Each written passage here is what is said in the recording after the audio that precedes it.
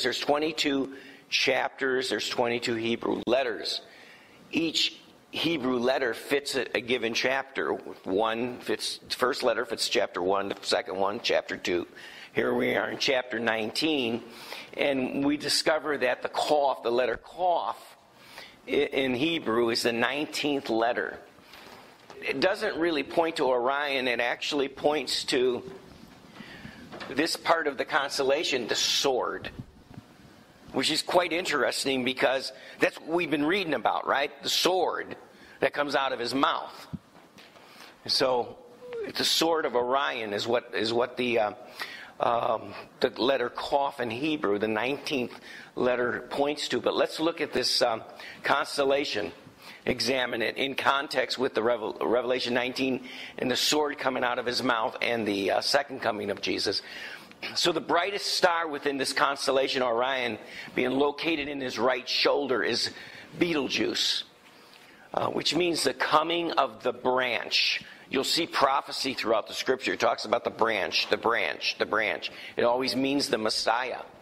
Well, here, the star in his right shoulder means the coming of the branch. We see it's talking about who's a Messiah coming.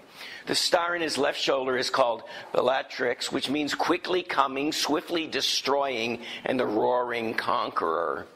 Wow, this really does seem to fit chapter 19, doesn't it?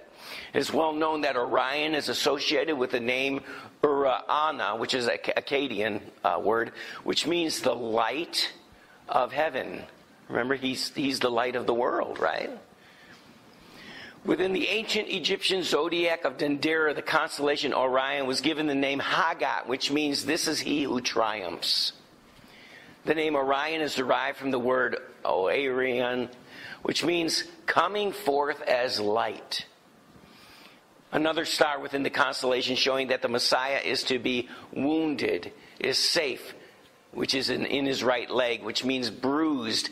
And it's the very word used in the scripture when it talks about Jesus will crush the serpent's head and the serpent will bruise his heel. The prophecy that was given to Eve. So you can see all that. And you can see where he's crushing the enemy's head. Right? The enemy being the rabbit. We usually don't think of a rabbit being an enemy. We think of these sweet little bunnies. But my wife informs me, she comes from Texas. She informs me that those jackrabbits down there, they're mean. They are mean suckers. And really, when you think about it, rabbit is a rat. It's just a rat with big ears. It's a rodent, right? So I saw one of those things when I was down there. I couldn't believe it was a rabbit. It looked like a greyhound.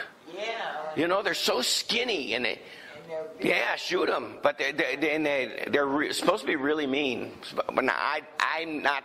This is what I heard. I don't personally know. And I wonder what they eat. I don't think they're like Bugs Bunny going, yeah, what's up, nah. I think they're nasty. But here we zoom in. Now this is actually, here's the letter Qaf we were talking about. Here, if you read it, it says Kuf.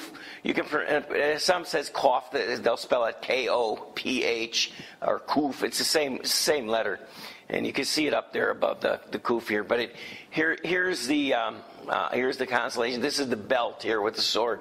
Here's the way it looks.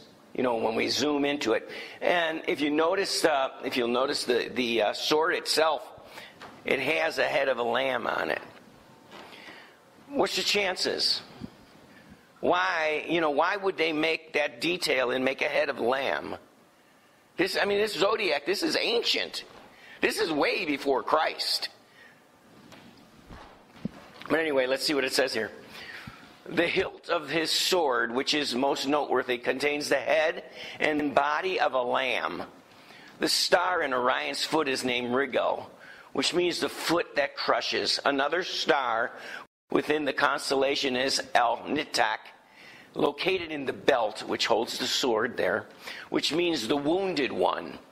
Yet another star within this constellation is Mentaka in the belt, which means dividing as a sacrifice.